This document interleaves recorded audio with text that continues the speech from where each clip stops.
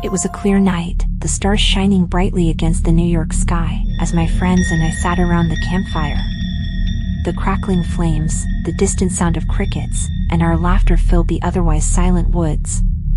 The night was meant for ghost stories, and each of us took turns sharing the eeriest tales we knew. But when my turn came, the atmosphere shifted.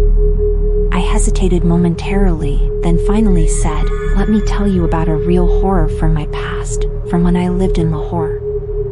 I took a deep breath, recalling that fateful evening. I'm Fatima. These days I navigate the hustle of Wall Street, but years ago, my life was simpler. Every evening, just before sunset, I'd tie my laces and head to this vast park in Lahore. Nestled in the heart of the old city, it held centuries of history and legends. My friends, captivated, leaned in, sensing that this wasn't just another story. There were always whispers about the park, I continued, my voice low. Legend spoke of a spectral lady whose sorrowful cries echoed on some nights. Her tale was tragic. Having lost her life young, she wandered, seeking something or someone. Over time, her story faded into a mere urban myth. But there was one undeniable truth: a particular section of the park was forbidden after sunset, marked clearly by weathered signboards. I sighed, remembering the dread that began to wrap its fingers around me that evening.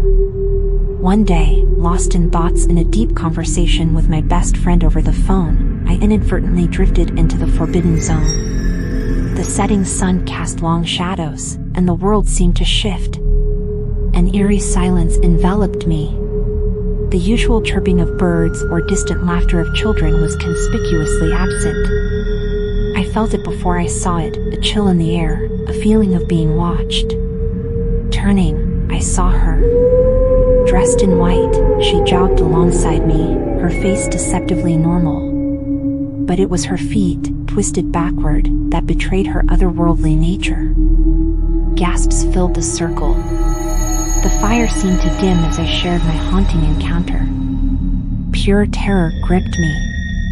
Instinctively, I began reciting Ayatul Kursi, clutching onto my faith. Her reaction was immediate and terrifying. Her once passive face contorted into a grotesque mask of anger. She screamed, her voice echoing with the pain of 1,000 lost souls, demanding I stop. The more fervently I recited, the more monstrous she became.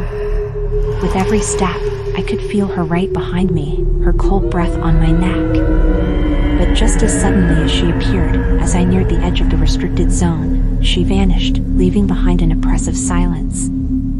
The campfire's light flickered in my friend's wide eyes. They hung on to every word, the darkness of the forest amplifying the horror of my tale. Upon returning home, I narrated everything to my parents.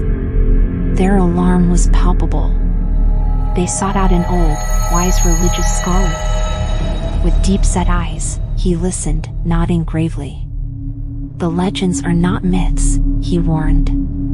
"Your faith protected you.